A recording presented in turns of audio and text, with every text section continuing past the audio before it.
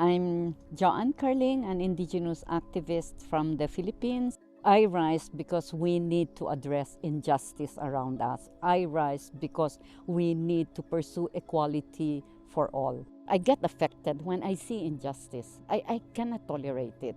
And especially in the context of people continuously being systematically discriminated and treated like not humans.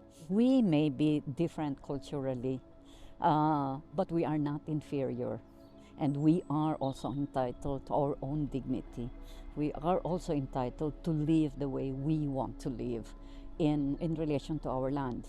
We look at resources in different ways. We value resources in different ways. How do we define climate justice? Because it's now becoming a buzzword, which is of course right, that we need to look at climate change from a climate justice lens. Climate justice means that our right to our lands and resources should also be respected in the way we try to find solutions, and that we should be treated as also actors in finding solutions for the climate change. And the reason why I'm saying this is because the just transition now from fossil fuel to renewable energy, of which we fully support, is again going the wrong way. And why do I say going the wrong way? Because they are now again justifying the mining of transition minerals for cars, for electric cars, for solar farms, for all of that. And they're taking it from our territory without involving us in the decision making, without our free, prior, and informed consent, without respecting our rights to our lands, territories, and resources, and our right to also determine how we want to develop, on how we want to address climate change. And for me, that is green colonialism.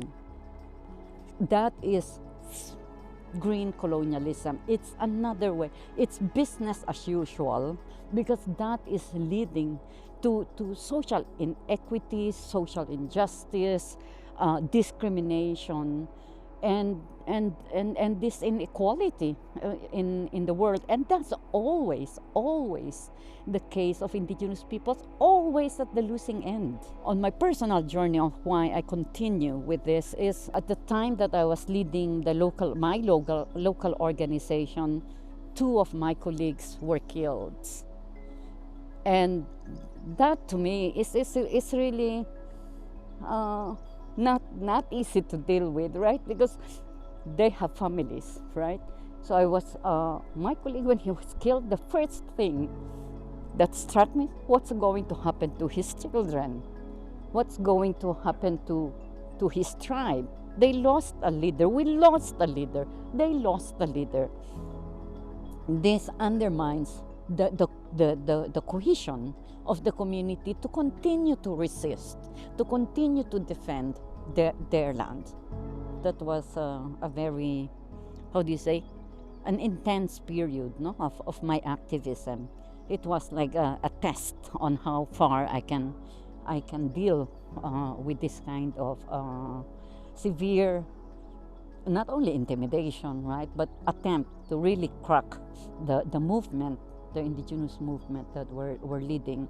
But I always get inspired when I see communities, Indigenous communities, standing up when they face militarization, when they face the bombings of their communities, with the kind of cooperation and resilience, that in spite of all the sacrifices, we are showing the world that we are going to win this battle, because they're standing up for what is right, no matter what. They're standing up for their life. They're standing up for their dignity. They're standing up for the future generations.